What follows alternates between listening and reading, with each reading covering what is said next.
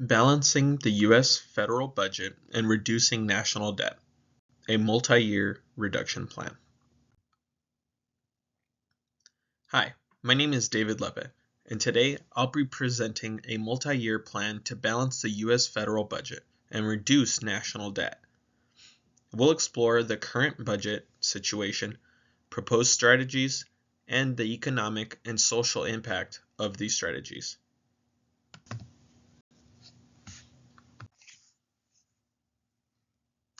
Current budget analysis. The U.S. federal budget reflects how much the government spends and collects in revenue. In 2023, spending reached $6.2 trillion. This was driven by mandatory programs such as Social Security, Medicare, and Medicaid, discretionary spending, and the rising interest payments on the national debt. Meanwhile, revenue totaled about $45 trillion, primarily from individual income taxes, payroll taxes, and corporate income taxes.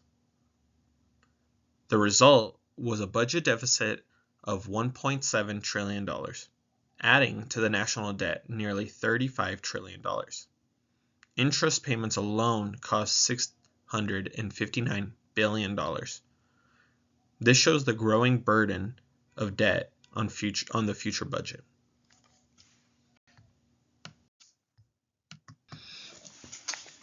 Proposed strategies. To address the growing issue of the national debt, I am proposing 3 strategies: spending cuts, economic growth initiatives, and revenue increases. In terms of spending cuts, I propose adjusting the Department of Defense (DoD) budget.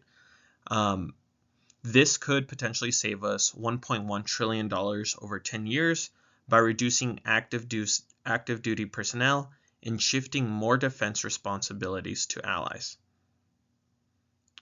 Economic growth initiatives. By providing free education for STEM students, we could build a highly skilled workforce and also reduce resilience, reduce our reliance on outsourcing, and stimulate innovation and productivity at our home base. Revenue increases. By limiting or eliminating itemized deductions, we could see a significant increase in revenue. This would include removing all itemized deductions. This could reduce the deficit by $3.4 trillion over a 10-year period. Limiting the tax benefit of itemized deductions to 15%, however, of the total value could reduce the deficit by $1.9 trillion, and we'll run over a few scenarios on limiting itemized deductions. So here you could see a few of the different scenarios in terms of revenue increases. These are all in regards to limiting itemized deductions. So if we completely eliminate them, these deductions could potentially save us $3.4 trillion. If we remove state local tax deductions, we would see savings of $1.6 trillion. And 2 scenarios where we just capped the deduction benefits. One at 15%, we see a $1.9 trillion in savings. And then capping the benefits at 4% of AGI, we see $736 billion in savings. These are all over a 10-year span. Okay. Impact analysis. These strategies both have short-term and long-term impacts. Short-term. Defense cuts could reduce employment in military-related industries, while limiting deductions might decrease disposable income for higher earners. Long-term, lower defense spending and increased tax revenue could reduce debt and interest payments. This frees up capital for other investments. Additionally, investing in STEM education could boost economic growth and create more inclusive opportunities. Statistical impact. Cutting defense spending could save $1.1 trillion over 10 years. Removing itemized deductions could reduce the deficit by $3.4 trillion, while limiting deductions to 15% of the value could save $1.9 trillion. A bit of the social impact: defense spending cuts could affect military readiness and veteran services. Limiting deductions may promote tax equity, impacting higher earners more significantly. While free STEM education could create an inclusive economic opportunities and empower underserved communities, as the idea is to have free education for all STEM students around the nation. Here is a continuation of the impact analysis in terms of the statistical data. This also reflects how we would see these impacts over a 10-year period. One thing that's not included here is our STEM impact in terms of education. So here on the top right, we see the deductions in the Department of Defense and what that would look like over a 10-year period. We are also comparing our budget authority to our outlays. This is in terms of billions of dollars over the 10-year period. On the bottom left, we see what would happen if we eliminate or limit itemized deductions, also over a 10-year period, also in terms of billions of dollars.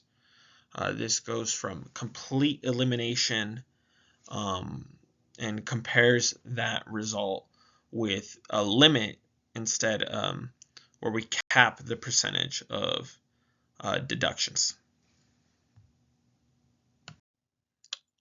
Now arrived at our conclusion. So keep in mind, balancing the budget requires a combination of spending cuts, revenue increase, and strategic investments into our nation. Reducing defense spending, reforming itemized deductions, and investing in STEM education offer a comprehensive plan for fiscal sustainability and long-term economic growth. These are just 3 options out of many that could potentially help balance the budget. A few things to keep in mind: the national debt in 2010 was around $13.5 trillion. In 2015, the national debt went up to $18.15 trillion. And in 2020, the start of the pandemic, the national debt rose to $26.9 trillion. But today, in 2025, the national debt floats at around $35 trillion.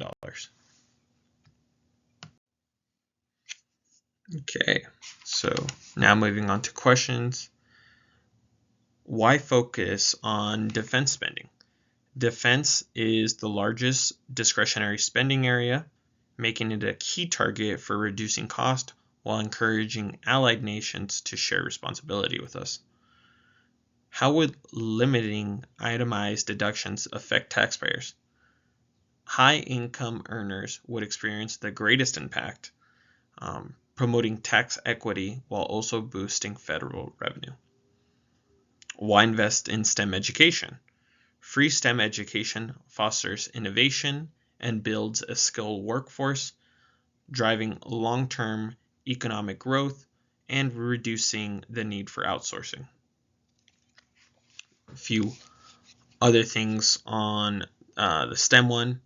I mostly picked it because it was an issue I saw in our nation, especially working for a few different companies. We do tend to outsource a lot of our engineers to China, and I think we should just focus on building our home base here, building our skilled workers, and I think when we do so, we'll see an increase in innovative ideas and markets, potential new markets that we can tap into and be the first to lead as a nation in those markets, and the first to provide that workforce, not needing to outsource a lot of those things.